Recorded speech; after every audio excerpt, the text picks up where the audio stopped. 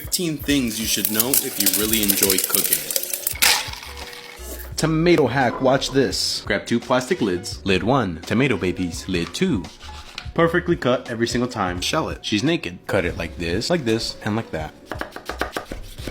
See, that wasn't so hard. The easiest way to cook corn. All you gotta do is throw this in the microwave for 3 minutes.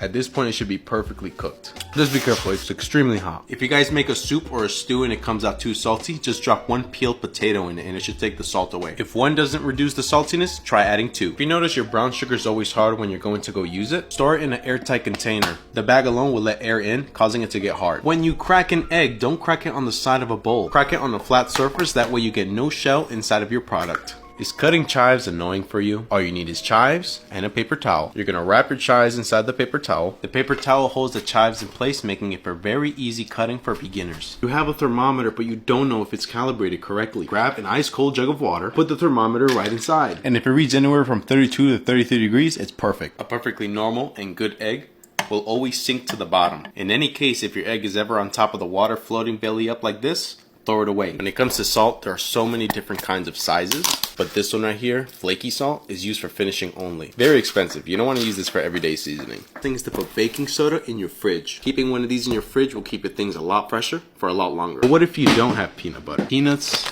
and salt. Put your nuts right inside your blender. Just blitz away.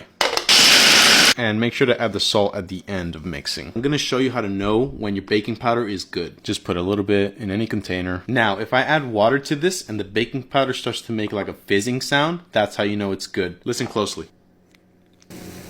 If you guys have flour and you want it to last a whole lot longer, it's a really good idea to put it in the freezer when you're not using it. That way bugs don't lay eggs in it and it literally lasts twice as long. Some people actually don't know that there are more than one size of salt and for different purposes. This is kosher salt. This is really good for all-purpose seasoning. You don't really have to think too much about it. But when you start to get into this really thick stuff, you really want to make sure you're not using this for everyday seasoning. Last tip, ice cream fixes everything.